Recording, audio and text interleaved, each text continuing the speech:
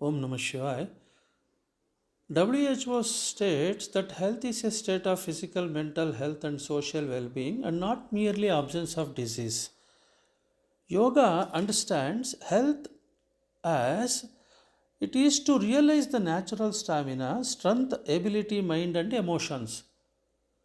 ಯೋಗ ಆರೋಗ್ಯವನ್ನು ಒಂದು ಪ್ರಕೃತಿದತ್ತವಾದ ಶಕ್ತಿ, ಸಾಮರ್ಥ್ಯ, ಮನಸ್ಸು, ಭಾವನೆಗಳನ್ನು ಅರ್ಥ ಮಾಡಿಕೊಳ್ತಕ್ಕಂಥದ್ದು. ಹಾಗೆ ಇದು ಮಾನವನ ಸ್ವಭಾವದ ಕ್ರಿಯಾತ್ಮಕ ನಿರಂತರತೆ ಎಂದು ಹೇಳಿದರೆ, ಆಯುರ್ವೇದ ಶಾಸ್ತ್ರವು ಸುಶ್ರುತ ಸಂಹಿತದಲ್ಲಿ ಸ್ವಸ್ಥ ಎಂದರೆ ಸ್ವ ಅಂದರೆ ಸ್ವಯಂ ಎಂದರ್ಥ, ಸ್ಥ ಎಂದರೆ ನೆಲೆಗೊಂಡಿರ್ತಕ್ಕಂಥದ್ದು.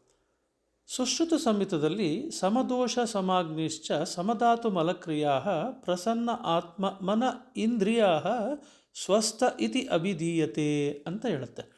ಅಂದರೆ ಒಬ್ಬ ಆರೋಗ್ಯವಂತ ಪುರುಷನಲ್ಲಿ ದೋಷಗಳು ಸಮನಾಗಿರಬೇಕು, ವಾತಪಿತ್ತ ಕಫ ದೋಷಗಳು, ಅಗ್ನಿ ಸಮನಾಗಿರಬೇಕು, ಸಪ್ತ ಧಾತುಗಳು ಮತ್ತು ಮಲಕ್ರಿಯೆಗಳು ಚೆನ್ನಾಗಿರಬೇಕು, ಮನಸ್ಸು, ಇಂದ್ರಿಯ, ಆತ್ಮಗಳು ಪ್ರಸನ್ನವಾಗಿರ್ತಕ್ಕಂಥ ಸ್ಥಿತಿಯನ್ನು ಸ್ವಸ್ಥ ಅಂತ ಕರೆಯುತ್ತೆ.